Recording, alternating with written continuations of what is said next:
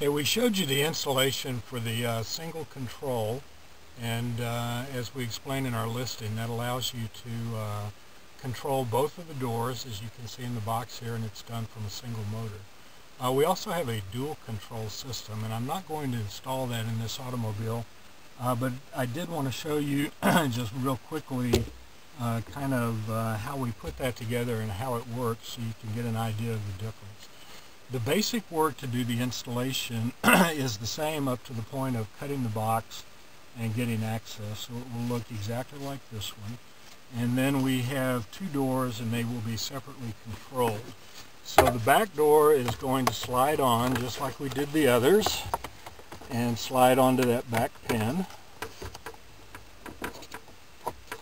Okay, and we'll have that in place. And then the front door, as you can see, has a hard connection on the end of it.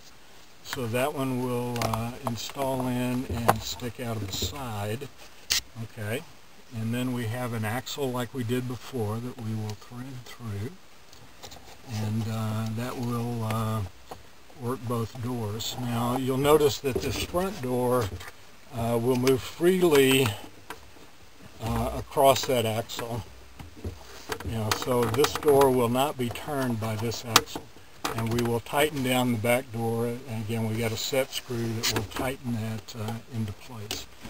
The way that we work the motors now is that, I'll pull that back out, the front motor will install just as it did before, and I'm not going to fully put this in place, but it will connect to that back door, and I'm not going to bother to get the alignment correctly, but we can use the little DC battery connector there. It's going to fit on, and we'll put that on. That is now connected directly to the driver's side door.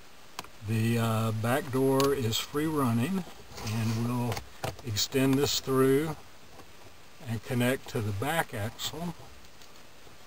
Okay.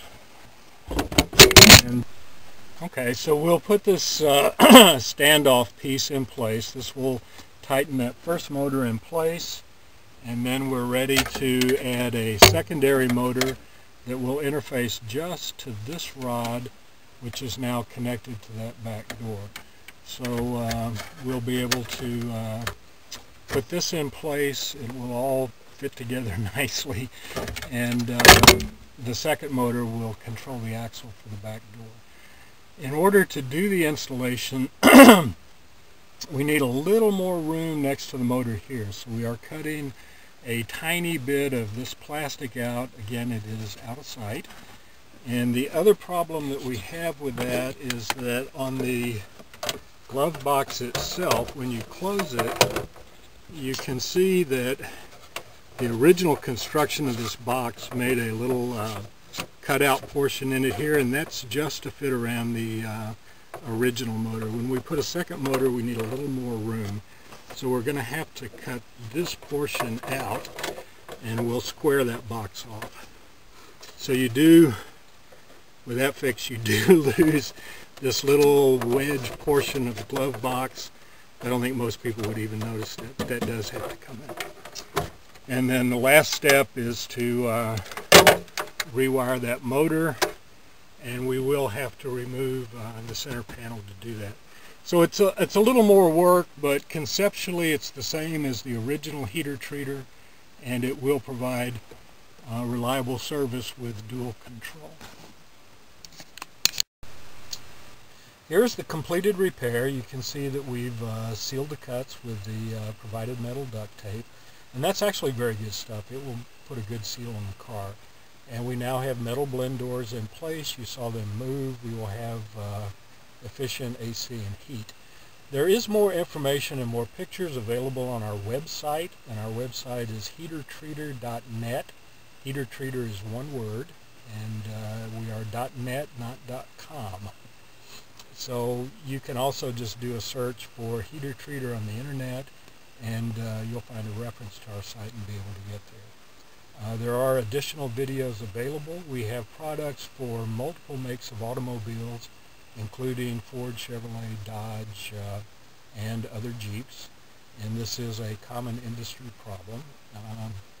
But as you can see, this is a fairly simple repair, something you can do yourself, and something that will allow you to fix the heat and AC in your Grand Cherokee at considerably less cost than paying the dealer, which will generally run you between $900 and $1,500.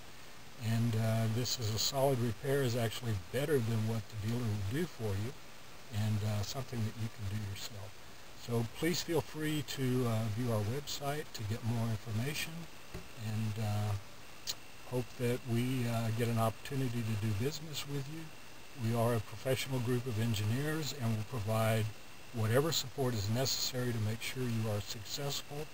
We take great pride in the fact that we are 100% successful with our repairs, and if you run into problems, we will provide the support necessary to make sure it works correctly. Thank you.